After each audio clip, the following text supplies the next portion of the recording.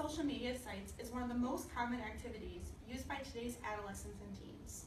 Why is that?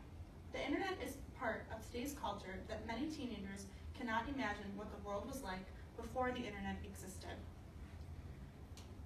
The internet is fun, informative, and a great source of communication with others. It can be used as an educational tool. You can learn almost anything. It allows you to share information through the internet fast and easily. However, like with most things, there are positives and negatives. I first became aware that technology was taking over when my 11-year-old brother received a cell phone. A lot has changed with technology in the last 8 years.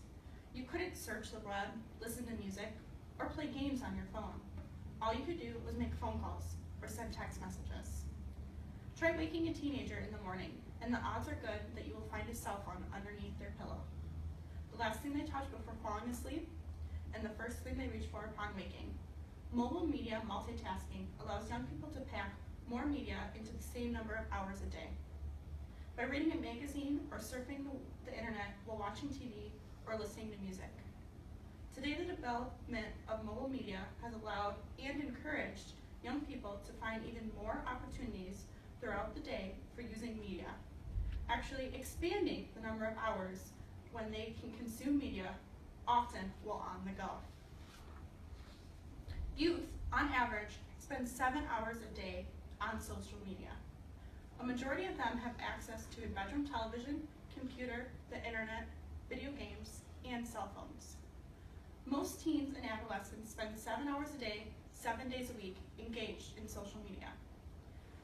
A study done in 2015 by the Pew Research Center found that 73% of teens have access to smartphones. They also found that 68% of teens 13 to 14 had a smartphone, and 76% of teens aged 15 to 17 also had smartphones. 71% of teens are Facebook users, 41% are Snapchat users, and 33% use Twitter. Even more shocking is that 24% of them use internet almost constantly throughout the day.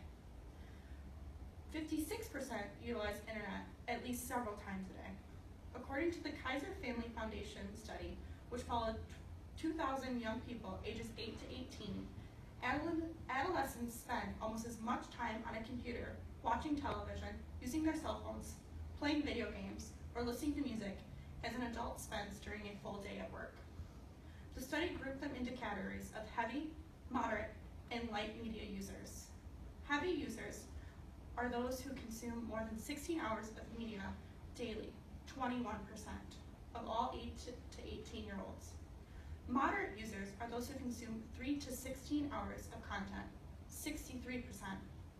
Light users are those who consume less than 3 hours of media in a typical day, 17%. Nearly half, 47% of all heavy media users say that they usually get fair or poor grades, compared to 23% of light media users. Heavy media users are also more likely to say that they get in trouble a lot, or are often sad or unhappy, or are often bored. Adolescents and teens who overuse technology are at higher risk of health issues. Using technology can change a child's brain.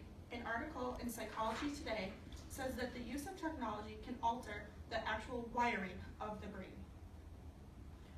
More than a third of children under the age of 2 use mobile media. The number only increases as children age. The time spent with technology doesn't give the kids new ways of doing things.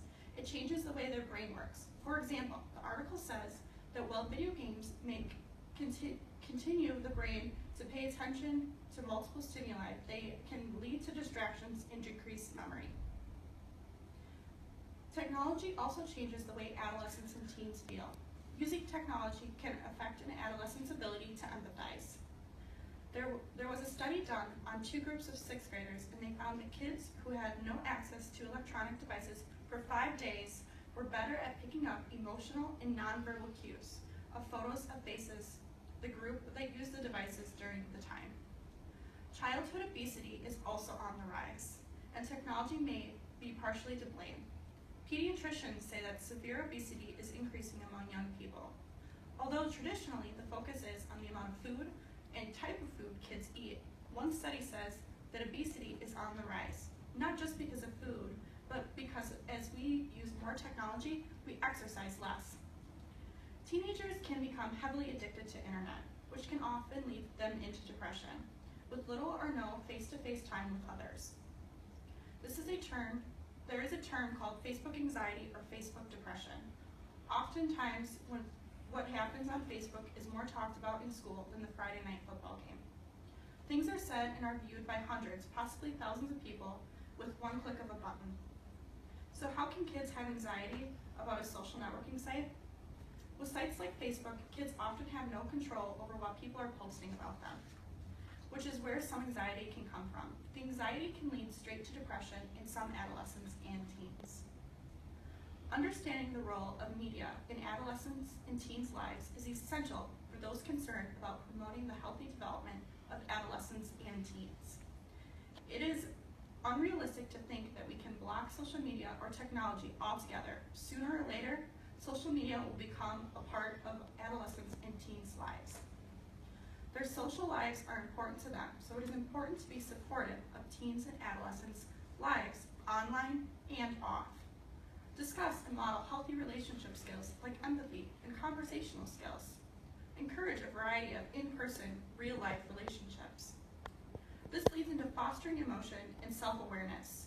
Teach teens and adolescents how to pause between being targeted and responding, and to delay decision-making in order to choose a better path.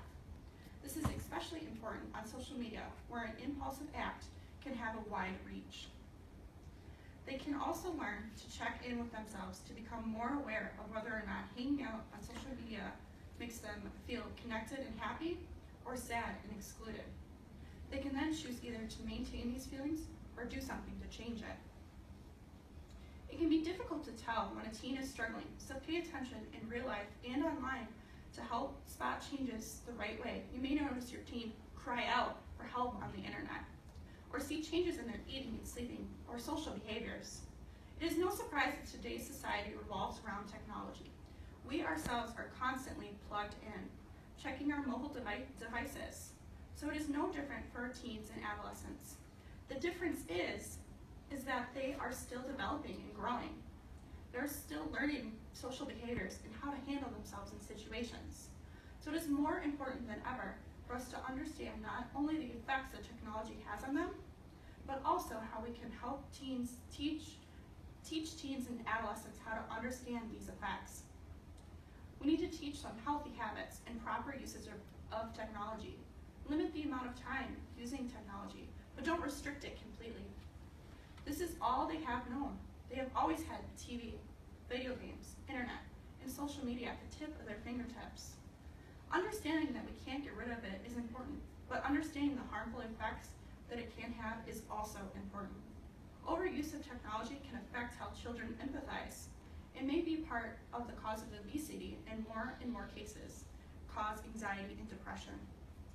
Make sure to prioritize offline connections. Get them to join clubs or after-school activities. Get them involved with social events to help foster emotions and teach them to interact with others. But also listen to them as they express themselves. Don't push them away because you're too busy to talk. Take the time to connect with them and understand where they are coming from and how they are feeling. We can't remove technology from our children's lives, but we certainly learn how to monitor and help them understand how to use it wisely.